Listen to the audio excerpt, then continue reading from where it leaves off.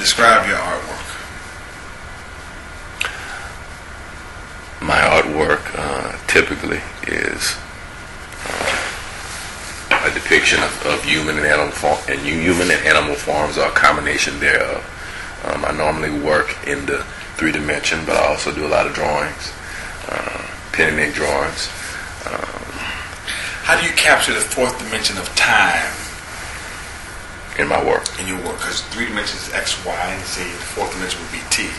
How do you capture time? How would I look at your piece and see the time in your piece? Meaning the time at which it's occurring, or how would it trigger a time in my mind, or how do you give the viewer what's going on at that time in your mind when you're doing the piece? How do you capture the T? I think I capture that in the process, meaning I'm a big believer in process. And so when I'm doing my work, I often create and then I break it down. So I might actually sculpt something completely, and then I might start to actually break it up, like damage it, like literally damage it with, with a hammer, if you will, or with my hands. And then I start to reconstruct it. And that process is, in a sense, a depiction of how things happen over time. And often that can be seen in the work, because, a lot of times you're looking at it and you see something that's kind of broken off and destroyed, and then the whole thing being stitched back together, which is something I deal with a lot in the work. So I would say that's how I probably deal with, as you say, the 4th dimension. And more importantly, is that all my pieces are one. So if you see one piece and you see a second piece, that's interesting, because all your pieces, well, not all your pieces, but your pieces that are in the genre that we're talking about, they all have some type of breaking or fracturing in them. Right. Because that happens in life. Right, exactly. And I think anybody, and you answered my question. I say everybody who views your piece can think about a time in their life where they have been fractured, or have been broken, and have been stitched back together, and that's where they can grab the T, the 4th dimension, from viewing your pieces. That was pretty interesting. What's your favorite piece? I don't have a favorite piece.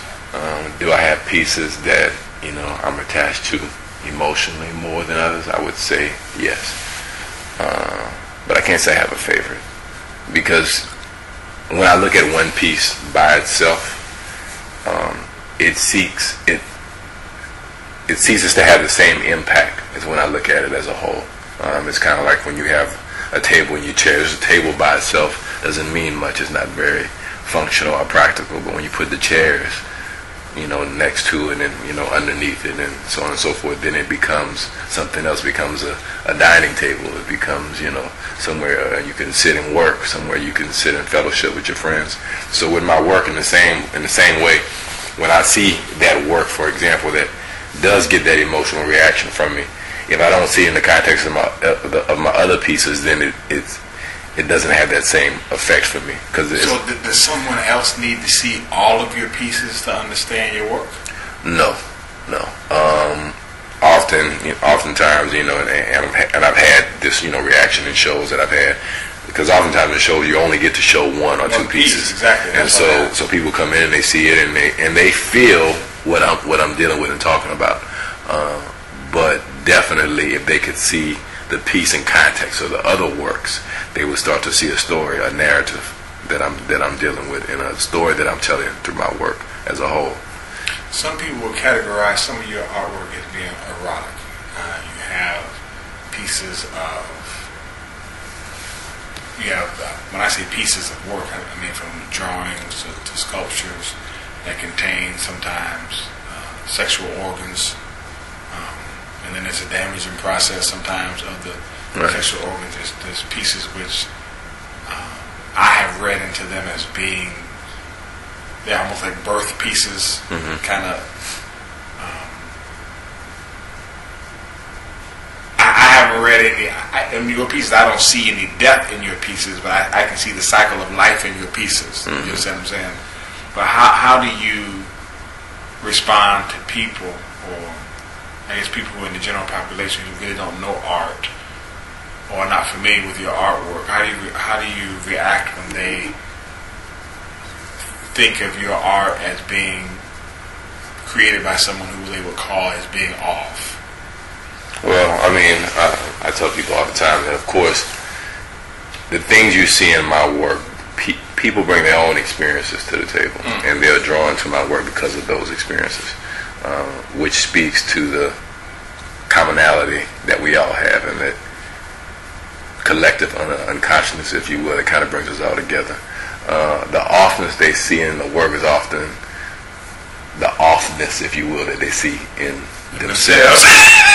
Right. And so, and what's important to understand is that, you know, sex, pain, violence, flowers and lilies are all part of life, and you can't get rid of them. And you know, we are here and there, and we are made up of these things over time. You know, the sex, if you will, is what brought us all here, got us all here, and it's how we relate to each other. It's how we relate to the opposite sex. It's even how we relate to our friends, in a sense. And that, you know, even as friends, enemies, or associates, we all compete for the same things. We compete for notoriety. We want to be noticed. We want to be understood. We want to be seen. And being seen in the context of sex and violence is often the case. I mean, you're either known as a man that has women or doesn't, or a man that has a wife or doesn't have a wife. That's how you're defined. You know, you're a tough guy or you're a weak guy. That's it. This is one or the other. It's one or the other. You know, right. And so all these things speak back to this idea of violence being an integral part of our lives. I think people don't really think of it like that, but it's almost true, because I think even women in some cases look at men and they have to make a decision. Is he, quote unquote, warrior ready?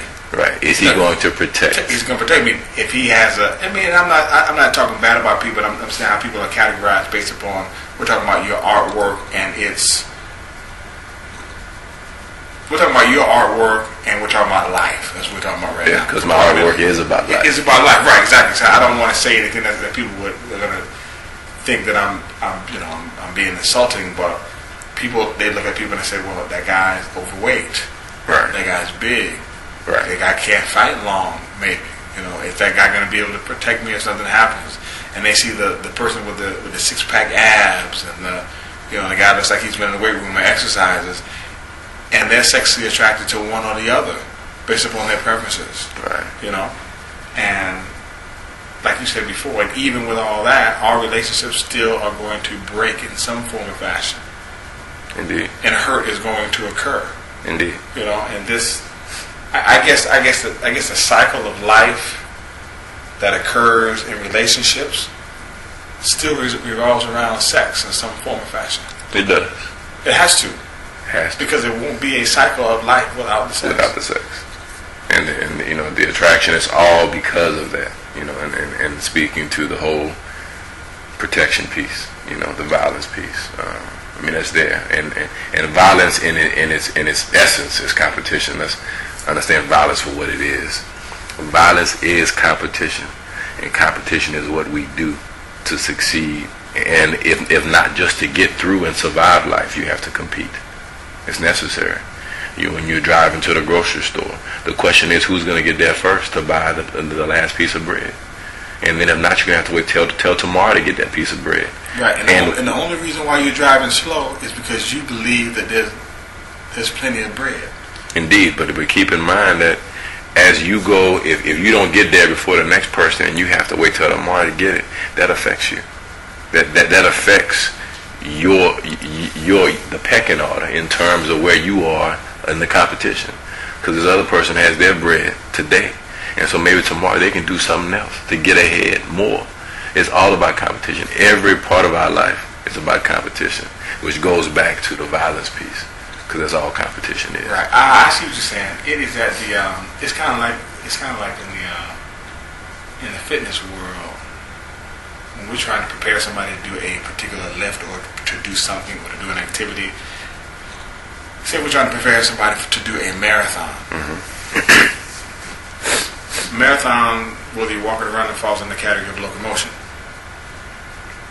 But if do in a car accident and you can't run, or you can't move, or you can't do anything, the beginning progression wouldn't be walking for you. The beginning progression would be maybe walking in water, on a recumbent bike. Right. But you're still training for the marathon, but it's a low progression.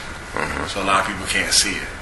And what you're saying is that even though the violence is happening at a low ripple, at a small undulation, indeed, it still is categorized as violence. And it's still there. It is still there. It's so minuscule that you wouldn't call it violence. You say, "Oh, them two kids playing." Right, because the connotation of the word violence is a very extreme. It's off-putting to people. Right. And I think, like when we talk about MMA, people look at MMA and they say it's violent. Right. It's only violent if you categorize it as such. I think it's